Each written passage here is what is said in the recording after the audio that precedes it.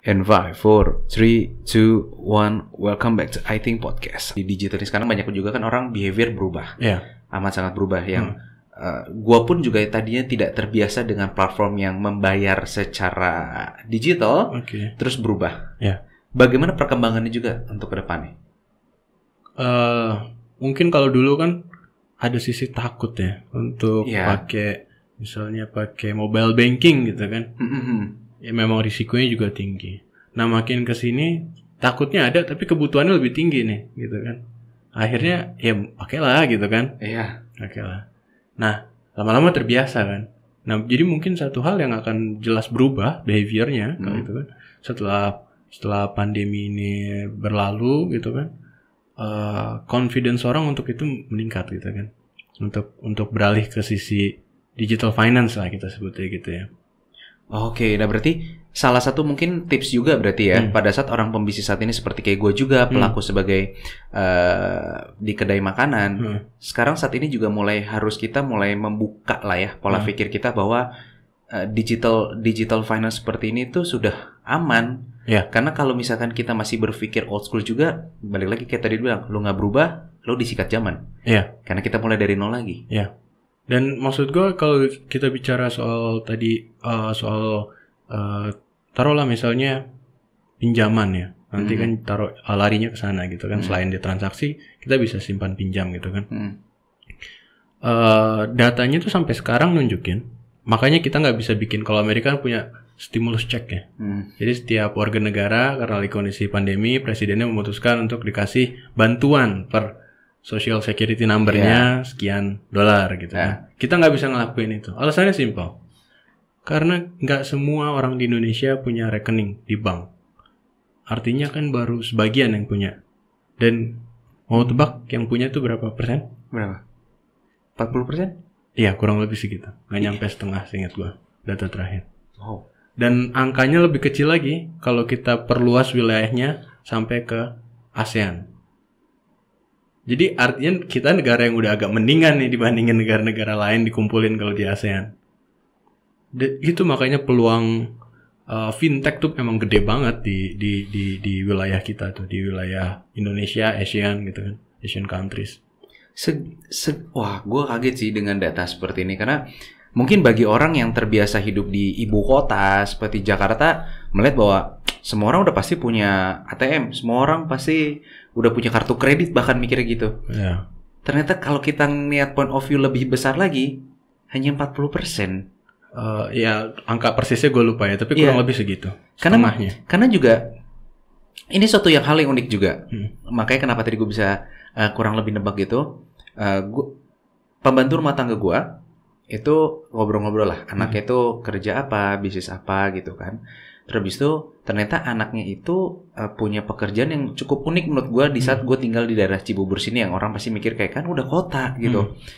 Dia buka itu tempat menyimpan uang, istilahnya bank lah. Terus gue bilang, emang maksudnya masih ada penduduk yang melakukan nyimpen di pribadi seseorang? Nah sabar 100 kan, 100-an. Terus gue bilang, kenapa kok orang sana mikirnya gitu? Padahal kan daerah sini bank udah gampang. Maksudnya mungkin ada orang yang pengennya di bank swasta atau bank pemerintah. Ada semua pilihannya. Di sini udah. Tapi mereka milih ke pribadi. Dan alasan mereka kadang-kadang cuman kayak habisnya ribet. Kayak ke bank tuh ribet. Terus habis itu kayak ini duitnya nanti kemana. Dan faktanya dari data pun juga seperti itu ya. Iya. Karena kan apalagi kalau kita masuk ke daerah ya, akses ke perbankan kan cabang pembantu, maksudnya KCP ya, kantor cabang pembantu. Untuk perbankan tuh kan makin ke daerah tuh makin sedikit kan. Kalau misalnya tiba-tiba dia butuh cash mau transaksi, masa harus ke sana dulu, jauh banget gitu kan. Nah, dengan adanya fintech ini sebenarnya salah satu bank yang di bawah BUMN di Indonesia sudah melakukan itu berapa tahun kemarin gitu, karena dia udah punya satelit sendiri gitu kan. Dan sampai saat ini angkanya masih segitu gitu. Jadi artinya usaha itu dilakukan, tapi dengan ada pandemi akan makin kebuka mungkin mata orang itu kan di satu sisi untuk oh iya ya, mungkin emang udah saatnya nih gitu.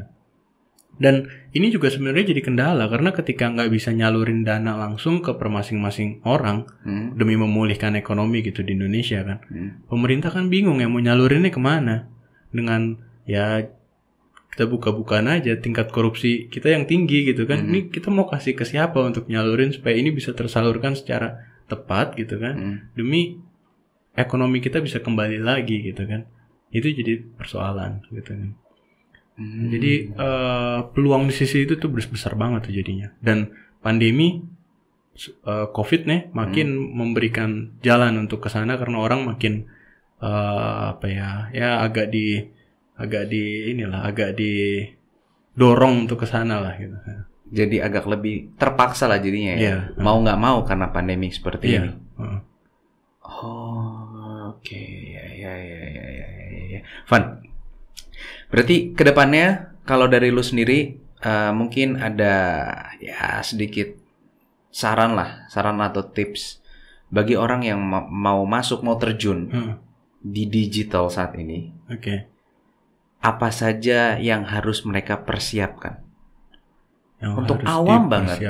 Yang mereka awam sekali karena kan sekarang pandemik mau nggak mau ke digital. Tapi kan nggak semua orang siap juga.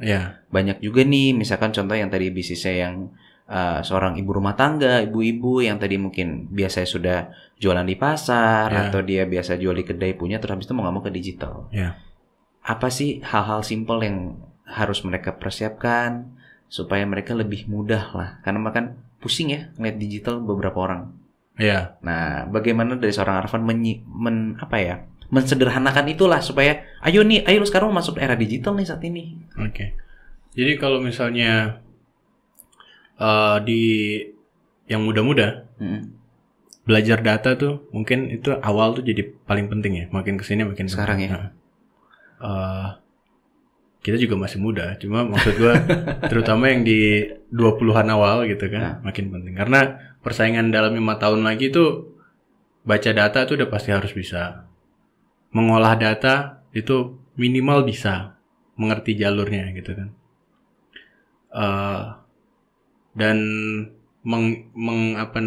memberikan suggestion gitu, strategi berdasarkan membaca data itu dengan cara olahan itu jadi kemampuan dasar mungkin yang dicari sama semua perusahaan gitu. Jadi misalnya kalau dulu nyari manajer kan, apa tindakan yang akan kamu ambil kalau misalnya kondisi perusahaan begini begitu semua datanya data offline kalau dulu kan. Nah sekarang datanya bakal bergeser nih ke arah digital gitu kan, dan itu bakal jadi kemampuan dasar manajer gitu kan. So berarti udah hal yang tidak bisa ditawar-tawar lagi untuk 5 tahun ke depan. Perkiraan gue sih belajar dalam 5 tahun ke depan. Nah sisanya yang unik nih sebenarnya kalau menurut gue, ketika semuanya dikuasai oleh AI gitu kan, bahkan berita pun yang buat udah bukan wartawan tapi AI gitu kan. Sebagian besar berita yang beredar sekarang ini bukan dibuat oleh wartawan lagi. Dibuat oleh AI. Maksudnya gimana? Jadi kayak menarik nih gua. Jadi kayak misalnya baca terutama berita-berita olahraga ya. Manchester United, jadi nyebut nih. Manchester United, nggak apa-apa lah kita sama-sama MU kan. Manchester United menang lawan yang satunya gitu kan. Sekian gitu kan. Yang ngegolin ini bla bla bla bla bla bla, itu semua AI gampang nyusunnya karena itu statistik, angka-angka, terus formatnya selalu begitu dari berita ke berita. Wow. AI itu kan ya AI, artificial intelligence, dia belajar sendiri kan. Jadi semakin kesini tulisannya semakin bagus, kayak orang, kayak Siri kalau di atau kayak apa lagi yang lain-lainnya. Nah berita ya kayak gitu, makin kesini makin dikuasai oleh itu. Pekerjaan-pekerjaan juga sebagian besar dikuasai oleh AI. Dan itu nggak kayak tadi balik lagi kan, karena perkembangan rasanya hampir nggak bisa dihindari Kalau dulu filmnya ada namanya Elysium, itu 2000 berapa tuh, 13-an kali. Itu makin kesini makin relevan tuh. Jadi gambarannya kan kayak gitu. Dan balik lagi, jadi yang uniknya berarti kan kalau semuanya kayak AI, terus apa sisanya? Kira-kira gimana? Itu yang ditakutin juga kan? Kira-kira gimana? Kalau menurut lo sendiri deh, kira-kira gimana? Nah itu juga sempat menjadi hal yang gue pikirin juga, karena kedepannya itu banyak yang dirubah menjadi AI. Tapi ada beberapa menurut gue ya, ada beberapa part job atau pekerjaan yang pada saat dirubah ke AI itu malah bukan gue bilang nggak bisa, tapi belum bisa untuk masuk di Indonesia. Oke. Let's say misal simple contoh ya, kayak customer service. Iya, itu dia. Itu dia. CS itu terakhir gue misalnya let's say contoh gue beli salah satu tiket di maskapai. Terus itu gue mau komplain nih. Canggih. Udah ada AI segala macam, bahkan sudah ada seperti kayak figur seperti apa CS-nya gitu kan dibuat karena. Tapi bagi gue sendiri kurang nyaman. Karena jawabannya itu jadi kayak jawaban tidak manusiawi, yang ditanya apa, dia menstandarkan semuanya. Jadi mungkin part of the job-nya bisa diambil AI, tapi sisanya tetap justru makin dibutuhkan manusianya. Tapi bukan manusia sembarang manusia, tapi sisi kemanusiaannya gitu makin dibutuhkan. Itu yang jadi unik ya dengan adanya itu. Mungkin seperti produser kita nih, Bapak Raymond, yang background-nya dari kemanusiaan gitu kan. Humaniora. Itu makin gak bisa tergantikan gitu. Bener gak sih? Jadi kayak gitu kan? Maksudnya, jadi buat orang yang mungkin nonton video ini atau dengerin podcast ini juga, bukan suatu hal yang kalian takuti banget gitu loh. Yang kayak digital suatu momok, suatu yang kayak, oh nih kalau gak ini kita mati, kalau gak ini kita mati. Emang lu punya kesempatan buat belajar, lu masih punya kesempatan untuk bertanding saat ini juga. Apalagi dengan pandemi ini lu punya kesempatan yang lebih luas lagi. Mungkin kalau nggak pandemi kan, wah perubahan cepet banget. Tapi karena dengan ada pandemi ini berubah dari nol lagi. Lu punya kesempatan besar, lu punya kesempatan untuk bersaing pun juga sekarang jadi lebih mudah. Dan jangan melupakan juga bahwa sisi yang tadi lu bilang, sisi human-nya itu masih harus di feeling touch di situ ya. Justru makin penting nanti. Makin penting. Jadi bukan berarti pada saat lu masuk digital pun kayak yang penting gue udah grab orang dapat selesai, sisi human-nya hilang. Nah itu juga harus tetap dipertahankan kan. Justru makin penting sebenarnya, makin penting. Kedepannya bakal makin penting tuh artinya gini ya, orangnya tuh makin penting karena dia bisa melakukan yang nggak bisa dilakukan AI gitu kan, kepedulian gitu kan, merasakan apa sih yang dirasain sama customer nih sebenarnya itu sulit untuk dimaknai sama AI. Ya AI bisa aja sih coba metain gitu kan. Oh mungkin dia kalau lagi gelisah atau dia kurang suka, panas tubuhnya meningkat gitu kan. Oh temperaturnya meningkat. Oh ini proxy variable gitu untuk nunjukin kalau ini sebenarnya customer nggak suka nih produk kita. Atau misalnya semakin banyak gerak-gerak gitu kan. Oh ini berarti customernya nggak nyaman gitu. Itu bisa aja jadi proxy untuk AI bisa memahami customer gitu kan. Tapi kan ada sisi lain ya, mungkin kalau tone mungkin udah bisa, tapi sisi lain misalnya merasakan apa yang orang lain rasakan nggak sih? Iya kan? Maksudnya kayak gini, pada saat orang di saat ini kayak banyak orang karena digital takut, kayak mereka kan udah canggih, misalnya let's say paling gampang ya, ada automatic reply.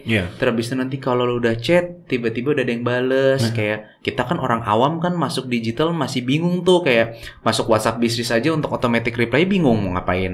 Tapi lu sendiri pun juga orang yang kayak gitu nggak perlu takut gitu, karena pada saat nextnya nanti kalau kita ngomong ke servicing, hal lu yang jawab dengan gaya lu itu mungkin dikangenin orang nggak sih? Jadi untuk sebagian pekerjaan itu dibutuhin justru. Iya kan, kayak misalkan pada saat kita lagi pesan sesuatu, pesan barang atau pesan makanan, lu udah pakai digital, dan kalau lu merasa aduh gue belum berkembang banget kayak seperti perusahaan besar yang sudah bisa automatic reply, ya lu lakukan dengan sisi manusia lu. Bukan berarti lu harus ngedrop kayak gue harus berkembang terus juga.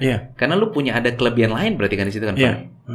Ya misalnya kayak ternyata customer kita nih dia lagi butuh nyari produk tapi ternyata bukan buat dia, buat anggota keluarganya yang dia sayangin gitu kan. Terus yang sesuai seperti apa gitu. Itu kan AI mungkin bisa lewat cookiesnya coba pahami, tapi jauh lebih touchnya tuh jauh lebih, dan itu nggak bisa digantiin. Nah, jadi mungkin orang-orang yang pertama kali mungkin masih bingung dari tadi kita dengerin dari kita omongin tadi masalah digital segala macam, terus bisa jadi merasa takut kayak gue harus berkembang nih, tapi gue masih kecil, gue nggak ngerti, gue harus belajar segala macam. Ternyata digital ini pun aja juga masih harus ada keseimbangan antara sisi human-nya juga. Pada saat lu juga terlalu canggih, ada orang yang kangen dengan sisi kayak gimana kak, udah nyampe belum, yang gayanya yang kayak gitulah. Jadi nggak apa-apa belajar, kita tetap berubah, tetap kita tidak bisa menyangkal bahwa digital saat ini sekarang sangat berpengaruh. Tapi bukan berarti pada saat lu baru mulai dan lu tidak ngerti bahwa lu menjadi kayak takut akan bisnis lu hancur atau bisnis lu nggak berkembang. Karena lu punya value lain bisa ditambah. Oke, sip. Thank you Van, sudah sharing-sharing juga di sini. Mungkin bagi orang yang nanti mau masuk di digital, jadi nggak perlu ada rasa takut lagi bahwa kayak, gue kan belum siap nih, gue belum ini. Lakuin aja apa yang lo bisa. Kalau masih belum bisa sesama orang, masukkan sisi di human tadi lu bilang. Sip. Terima kasih Van. Terima kasih banget Nol. Terima kasih Bapak produser. Bapak Raymond.